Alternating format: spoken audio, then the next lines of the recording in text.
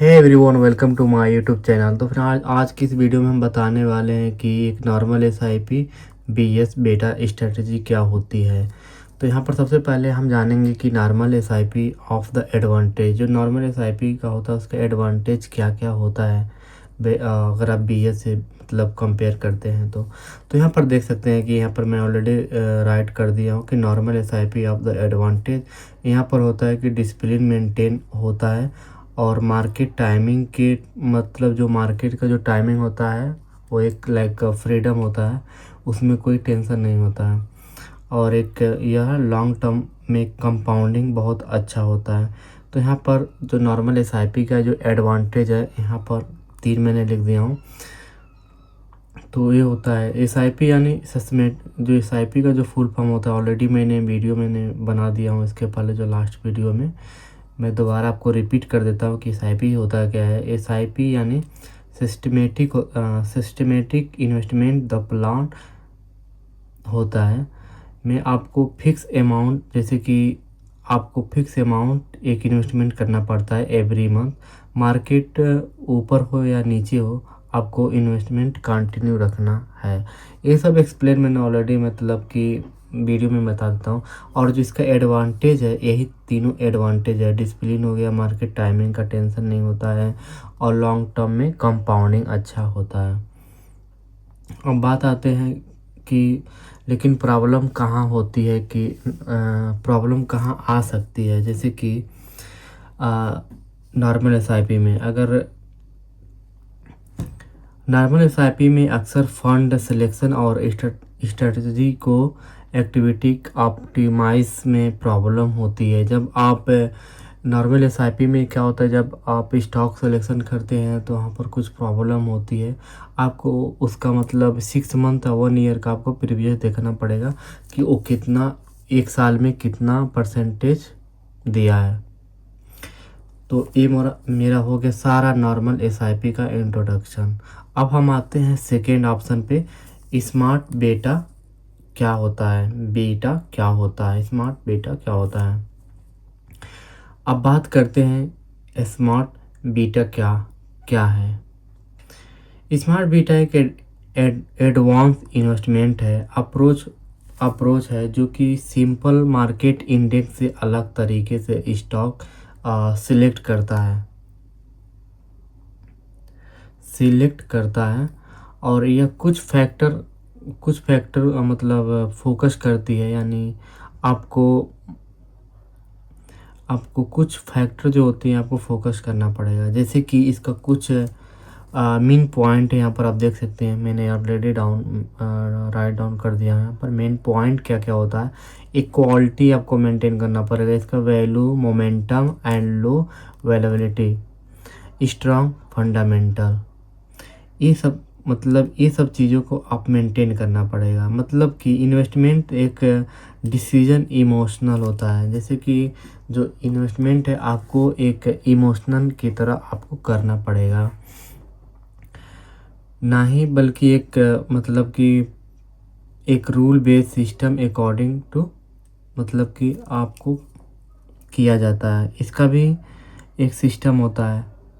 जैसे कोई एक फ्रेमवर्क होता है 3 एक इसका फ्रेमवर्क होता है 3-1-4 एंड 1-3, जो बीटा का एक फ्रेमवर्क होता है।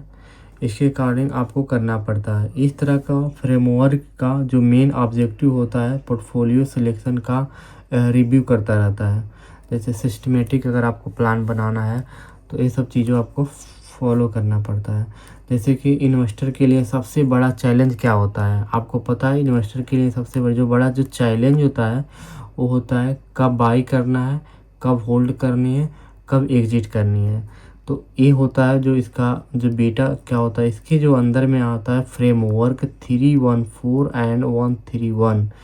तो इसके अंडर में जो इसका जो चैलेंज होती है, कब बाई करना है, कब होल्ड करना है और कब एग्जिट करना है, ये सब रूल को फ्रेमवर्क में डिसीजन एंड सिंप्लीफाई करने में हेल्प कर सकता है।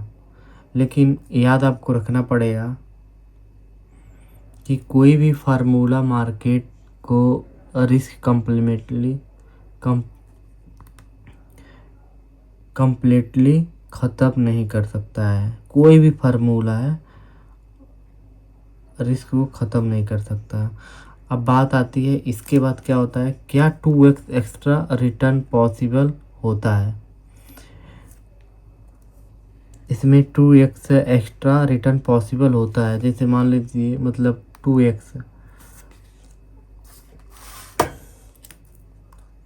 देखिए कोई भी स्टॉक में मतलब पॉसिबल आप नहीं कर सकते हैं। अब सबसे इम्पोर्टेंट सवाल है कि क्या स्मार्ट बेटा कोई स्ट्रेटजी 2x का एक्स्ट्रा रिटर्न गारंटी कर सकती है? नहीं कर सकती है। मतलब कि जो सिंपल आंसर है कि वो गारंटी रिटर्न पॉसिबल कोई भी कंपनी नहीं देती है, रिटर्न पॉसिबल नहीं होता है। मार्केट में रिटर्न डिपेंड ऑन द, मतलब कि जो भी मार्केट के ऊपर डिपेंड करता है कि वो कितना रिटर्न देता है।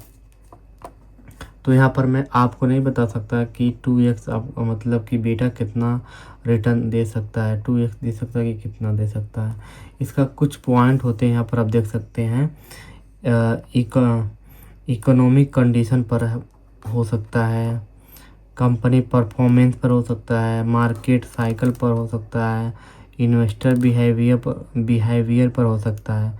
मतलब ये जो 4 पॉइंट है ये डिपेंड करता है आप पे और कंपनी पे। तो वो पॉसिबल नहीं है कि 2x आपको मिल ही सकता है।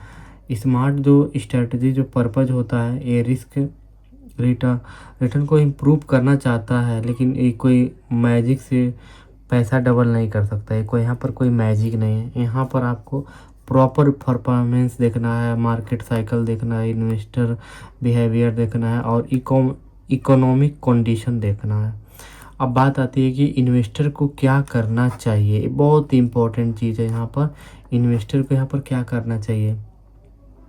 एक सक्सेसफुल के लिए 3 चीज़ें ध्यान रखनी चाहिए। पता है, एक सक्सेसफुल के लिए 3 चीज़ों पर ध्यान रखनी चाहिए, क्योंकि यहाँ आप पर देख सकते हैं एक क्लियर फाइनेंशियल गोल, आपका गोल कहाँ तक है।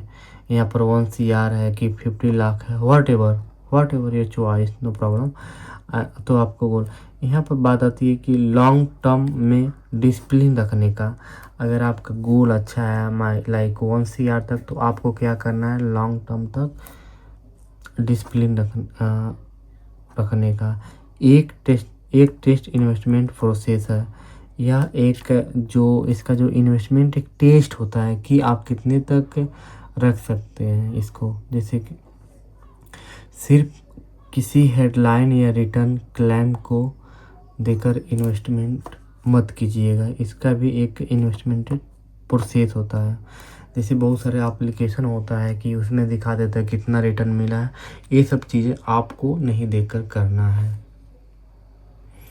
अगर आपको यह मास्टर क्लास यूज़फुल लगता हो तो वीडियो को लाइक करना, चैनल को सब्सक्राइब करना और कमेंट में बताइए आप नॉर्मल SIP कर रहे हैं या किसी स्मार्ट इन्वेस्टमेंट स्ट्रेटजी को फॉलो करते हैं।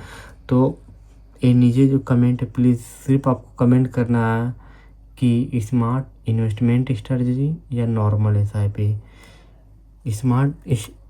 स्मार्ट हमारा ये हो गया नंबर 2 वाला, इसको बोलते हैं smart strategy. Thank you so much.